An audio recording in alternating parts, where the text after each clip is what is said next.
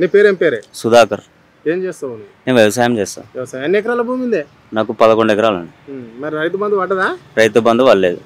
మరి గత ప్రభుత్వంలో పడ్డాయి, కంటిన్యూగా మనం అడగని అవసరం లేకుండా పడ్డాయి. గత ప్రభుత్వంలో ఎంత పడుతుండే నీకు? నాకు సంవత్సరానికి ఎంత పడుతుండే? 6 నెలలకు ఎంత పడుతుండే? సంవత్సరానికి 55,000 వస్తున్నాయి. 6 నెలలకు అదే 6 నెలలకి 55,000 వస్తుండే, సంవత్సరానికి 1,10,000 వస్తుండే. ఇప్పుడు ఎంత వచ్చింది మరి? ఇక ఏం లేదు కదా, పెట్టుబడి పెట్టినాం కూర్చున్నాం. వర్షాలు కూడా తక్కువనే పడుతున్నాయి. ఏమన్నా బ్యాంకులో అప్పు ఉండేనా? ఉంది, 2,60,000 ఉంది. నాకు ఇంకా మాఫీ కూడా రాలేదు.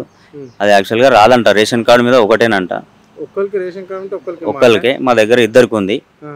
ఎవరికన్నా ఒకరికి అవుతుందేమో కానీ ఇంకా అది కూడా రాలేదు. మరి పెన్షన్ల సంగతి ఏంటి? పెన్షన్లు అయితే ఇక పెన్షన్లు ఎవరికి లేవు మన దగ్గర అయితే. అదే 2,000 ఇస్తున్నారు అనగా వింటున్నాం అంతే. అంతే 4,000 అయితే లేదు, 4,000 అయితే లేదు, కాలేదు. అంత పబ్లిక్ అంత తప్పుతో పట్టించినట్ల ప్రభుత్వం. మరి చేస్తున్న 6 గ్యారంటీలు అన్ని అమలైన 6 గ్యారంటీలు ఏది కూడా కాలేదు, హామీలు ఇచ్చారు, ఏది కాలేదు.